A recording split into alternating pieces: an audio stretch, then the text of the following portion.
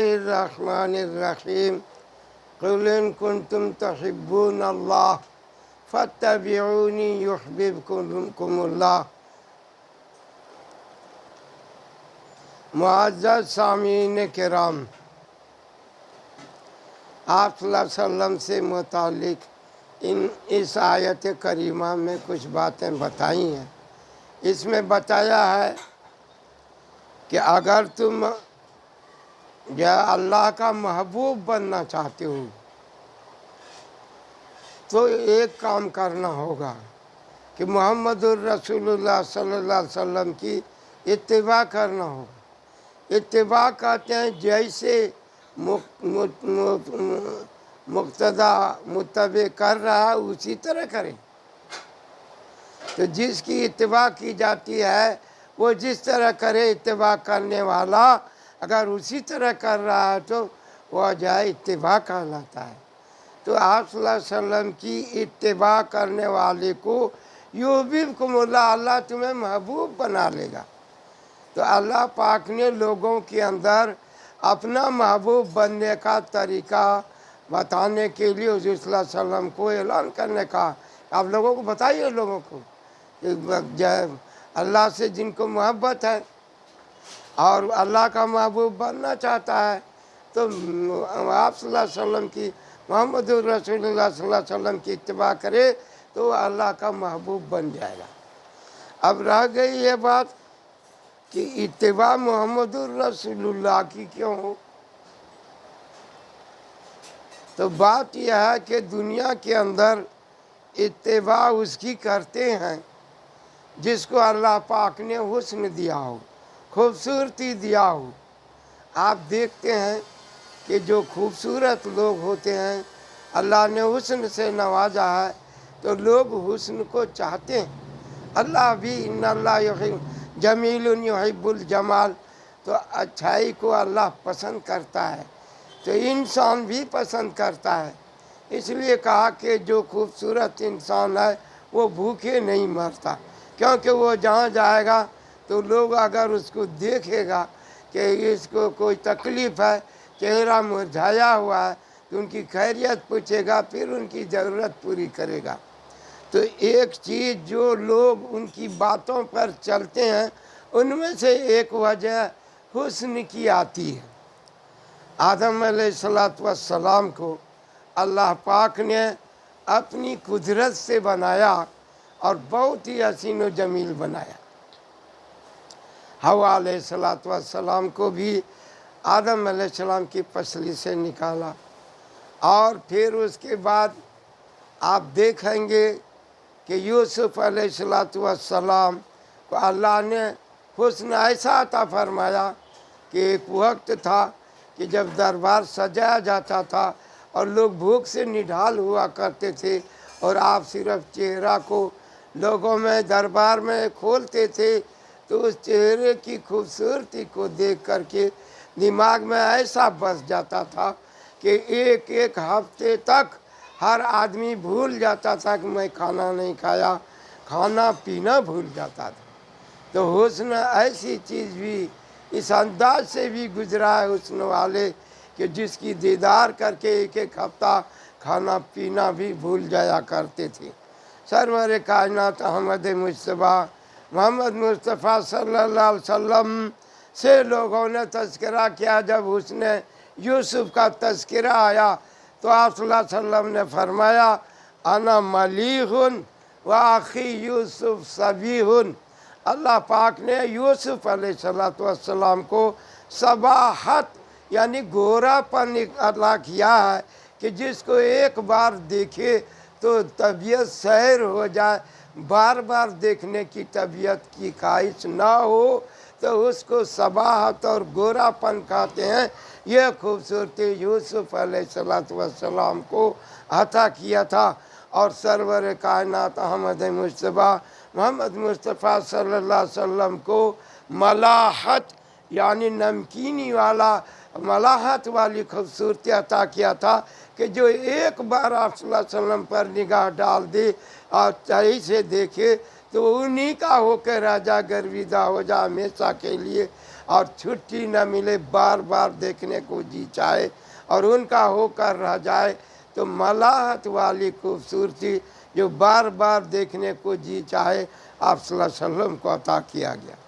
اکرمہ پہلے جب ایمان نہیں لایا تھا تو اس وقت عالم کچھ اور تھا، اور جب اسلام کے اندر آیا اور جب آپ کی محبت آپ کے دل میں جاگزیں ہوئی اور اسلام کا نور آپ کے دل میں گھسا، ایمان والا ہوئے، تو کہتے تھے کہ آپ صلی اللہ علیہ وسلم وہ کبھی آپ صلی اللہ علیہ وسلم کے روح انور پر نظر کرتے تھے اور کبھی چاند کو دیکھتے تھے، اور بلاخر انہوں نے کہا کہ بھائی میں سوچ رہا تھا کہ چاند زیادہ خوبصورت ہے، بھلا چاند میں بھی بھلا کیا خوبصورتی ہے، چاند سے تسبیح دینا بھی کیا انصاف ہے، چاند میں ہے جھائیاں، حضرت کا چہرہ صاف ہے، تو چاند میں تو جھائیاں بنا ہوا ہے، اور آپ صلی اللہ علیہ وسلم کے چہرے روح انور پر کہیں بھی جھائیاں نہیں ہے، بالکل آپ اچھے ہیں۔ میرے بھائی اور محترم بزرگوں، تو خوبصورتی کیا چیز ہوتی ہے؟ حضرت عائشہ رضی اللہ عنہ فرماتی ہیں کہ رات کے اندھیریوں میں، تاریکیوں میں آپ صلی اللہ علیہ وسلم حجرہ مبارک میں تشریف فرما ہوتے، اور مجھے کسی چیز کے سینے کی ضرورت پڑتی تو میں دھاگا اور سوئی لیتی اور آپ کے روح انور سے وہ نور نکلتا اور روشنی نکلتی کہ اس نور اور روشنی میں سلائی کر لیتی تھی۔ آدم علیہ السلام جب سے انسان بنا اور قیامت تک کوئی انسان ایسا نہیں ہے، کوئی اتنا ہی خوبصورت عورت ہو چاہے مرد ہو، وہ اندھیرے میں جائے گا تو بالکل سیاہ ہو جائے گا، کچھ بھی نظر نہیں آئے گا۔ لیکن آپ صلی اللہ علیہ وسلم کا روح انور کیسا روشن بنا تھا، کیسی خوبصورتی عطا کی تھی کہ حضرت عائشہ خوبصورتی کتنا اچھے انداز میں صرف تذکرہ کرتی ہیں کہ آپ صلی اللہ علیہ وسلم کا روح انور سے وہ روشنی نمودار ہوتی کہ میں سلائی کر لیتی تھی۔ تو اس ایک واقعے سے پورے عالم کے تمام انسان، مرد ہو یا عورت، سب کا وزن معلوم ہو جاتا ہے۔ اگر خوبصورتی کی وجہ سے کوئی کسی کے بات کو قبول کرتا ہے، ان کے حکم کو مانتا ہے، ان کے طریقے کو پکڑتا ہے، ان کے جیسا بننا چاہتا ہے، ان کے پیچھے بھاگتا ہے، ان کے طرح سے کرنا چاہتا ہے، تو بے شک آپ صلی اللہ علیہ وسلم کو اللہ نے وہ مقام دیا ہے کہ خوبصورتی کی وجہ سے بھی آپ صلی اللہ علیہ وسلم متبع ہیں اور آپ کا اتباع کرنا چاہیے۔ اسی طریقے سے کوئی کمال ہو، کسی کے اندر ہنر ہو، کچھ اچھی چیز ہو، تو لوگ اس کی بات مانتے ہیں، ان کی اتباع کرتے ہیں، ایسا کرنا چاہتے ہیں، اور اتباع کرنے سے آسانی سے ہر چیز سیکھتا ہے۔ جیسے مشق قرآن ہے، جیسا قاری صاحب پڑھائے اسی طرح بچہ بھی نقل کرے، بڑا بھی نقل کرے، جو بھی نقل کرے اس کو قرآن پڑھنے آ جائے گا۔ قواعد معلوم کرنا الگ ہے، لیکن قرآن پڑھنے کا جو ہے وہ اتباع سے ہی آتا ہے۔ جبرائیل علیہ السلام نے، اللہ نے جبرائیل علیہ السلام کو بھیجا، جیسا جبرائیل علیہ السلام پڑھتے تھے اس طرز سے آپ صلی اللہ علیہ وسلم کو سکھا گیا، وہی طرز اور انداز قرآن کا آج بھی قیامت تک باقی رہے گا۔ تو وہ پڑھنے کا تو اتباع اصل چیز یہ ہے، اتباع کریں تو اتباع کمال کی وجہ سے ہوتا ہے۔ اب تو مستجمع کمال ہے۔ وَلَوْ شَاءَ اللَّهُ لَهَدَاكُمْ أَجْمَعِينَ، اللہ تعالیٰ جَعَلَكُمْ أُمَّةً وَاحِدَةً، ایک ہی امت بنا دیتے تو تمام اتنی امتیں نہ ہوتی۔ تو یہ جو سارے لوگ نبی بنے ہیں، جو بنے ہیں پہلے، ابراہیم علیہ السلام، موسیٰ علیہ السلام، عیسیٰ علیہ السلام، بڑے بڑے انبیاء گزرے، رسول گزرے، کتابیں ملی، توریت، انجیل، زبور، یہ سب بھی حضور صلی اللہ علیہ وسلم کے صدقے میں بنے ہیں۔ آپ تمام کمالات کے مستجمع ہیں۔ اگر کمال کی وجہ سے عیسیٰ علیہ السلام کی اتباع کی جاتی ہے، کمال کی وجہ سے موسیٰ علیہ السلام کی اتباع کی گئی ہے، کمال کی وجہ سے اگر ابراہیم علیہ السلام کے پیچھے لوگ چلے ہیں تو آپ صلی اللہ علیہ وسلم ان سے بڑے خاتم النبیین ہیں، تو آپ زیادہ حقدار ہیں۔ نانو حق بے موسیٰ، موسیٰ علیہ السلام سے بھی بڑھ کر، لو کان موسیٰ حی لما وسعہ الا اتباعہ، آج بھی موسیٰ علیہ السلام زندہ ہوتے تو میری اتباع کرنا پڑتا. اسی لیے سب کوئی اگر کمالات کی وجہ سے اتباع کیا جا سکتا ہے تو آپ صلی اللہ علیہ وسلم تمام کمالات کے مستجمع کرنے والے، جمع کرنے والے، آپ ہی کی وجہ سے سب کو نبوت ملی. اور تیسری وجہ جو آدمی کسی کے باتوں میں چلتا ہے تو تیسری وجہ ہے نوال، عطا، دینا. کوئی الانسان عبد الاحسان، انسان کے اوپر کوئی احسان کیا جائے تو اس کا غلامی کرتا ہے، ان کی بات سنتا ہے، ان کو مانتا ہے، ان کے پیچھے چلتا ہے. تو عطا کی وجہ سے انسان کسی دوسرے کے باتوں میں چلتا ہے. تو آپ غور کر کے دیکھیں کہ اس کائنات کے اندر آپ صلی اللہ علیہ وسلم کی برکت سے یہ پوری دنیا بنی ہے. لا یمکن الثناء کما کان حقہ بعد از خدا بزرگ. تو یہ قصہ مختصر، اللہ کے بعد اگر کسی کا درجہ اس کائنات میں ہے تو محمد الرسول اللہ صلی اللہ علیہ وسلم کا ہے. آپ سارے جہان کے لیے رحمت بنا کر بھیجے گئے. آپ کو اللہ پاک نے قرآن عطا کیا ہے. کیا کمالات تھے. حضرت عائشہ رضی اللہ عنہ سے پوچھا کہ کوئی عجیب بات سنائیے. آپ اس کی بیوی ازواج مطہرات ہیں، آپ کو باہر بھیتر ہر طرح کا باتیں معلوم ہیں، تو کوئی عجیب عجیب بات نبی صاحب کا سنائیے. تو حضرت عائشہ رضی اللہ عنہ نے فرمایا کان خلق القرآن. جو قرآن میں لکھا اللہ نے جو کہا وہ عمل پر، اسی پر تو عمل ہے. آپ صلی اللہ علیہ وسلم یعنی عملی شکل میں اگر آپ کو قرآن دیکھنا ہے تو محمد الرسول اللہ صلی اللہ علیہ وسلم کو دیکھو، اور لکھا ہوا کاغذ میں کسی چیز میں چاہتے ہو تو وہ قرآن ہے، دیکھ لو.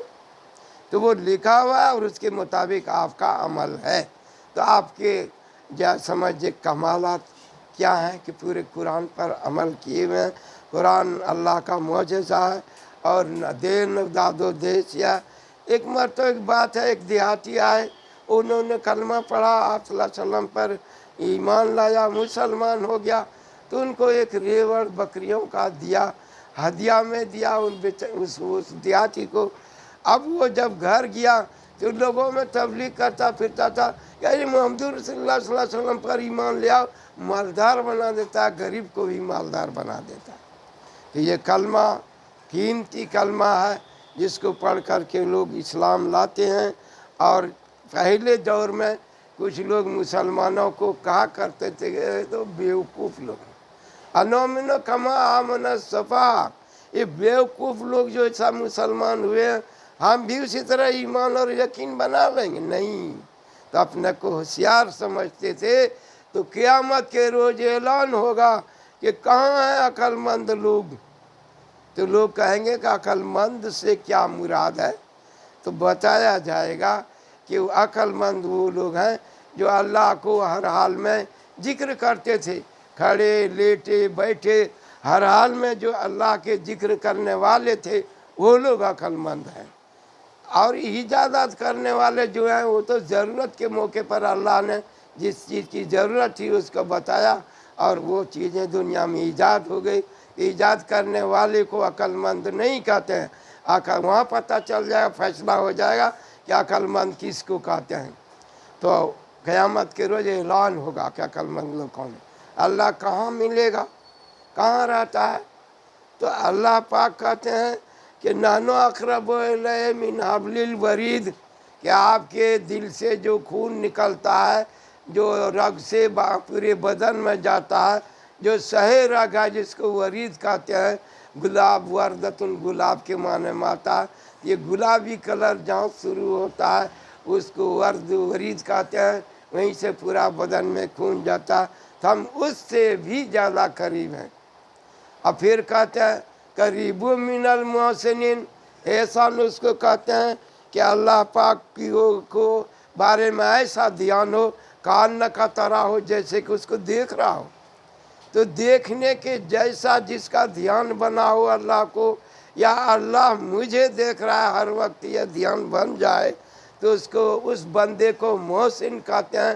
اور بہت سے ہوں تو محسنین کہا جاتا ہے. اور قرآن اعلان کرتا ہے کہ ان اللہ قریب من المحسنین، احسان والے جو اللہ کے دیدار کے اندر معرفت کے اندر مبتلا ہیں، وہ اللہ نے اس کو اس میں رکھا ہے، تو ان کے قریب ہیں، ان کی دعائیں قبول ہوتی ہے، ان کی زندگیوں میں برکت ہوتی ہے، برکتیں ان کے اللہ تعالیٰ ان کے ذریعے برکتوں کو نازل کرتے ہیں۔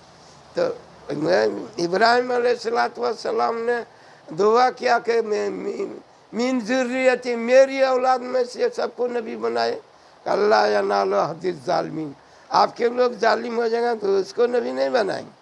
تو آپ کیا درود پڑھتے ہیں آپ صلی اللہ علیہ وسلم پر؟ اتباع اور درود کیا پڑھتے ہیں؟ اللہم صلی علی محمد وعلی آل محمد کما صلیت علی ابراہیم وعلی آل ابراہیم انک حمید مجید۔ اے اللہ رحمت نازل کیجئے محمد صلی اللہ علیہ وسلم پر، وعلی آل محمد، آل کس کو کہتے ہیں؟ جو بھی محمد رسول اللہ صلی اللہ علیہ وسلم کو مانتا ہے، ایمان لاتا ہے، کلمہ پڑھتا ہے، اس کے طریقے پہ چلتا ہے، اس کو آل بولتے ہیں۔ تو وعلی آل محمد کا مطلب ہوا کہ محمد صلی اللہ علیہ وسلم کے ماننے والوں پر قیامت تک جتنے ہیں ان سب پر بھی رحمت ہو۔ اللہم صلی علی محمد وعلی آل محمد، کیسی رحمت؟ کما صلیت علی ابراہیم، جیسا ابراہیم علیہ السلام پر کہ پھر جو نجات دیا ان دشمن طاقتوں سے، اور پھر اللہ نے آپ کے لوگوں کو آباد کیا اور برکتیں دی۔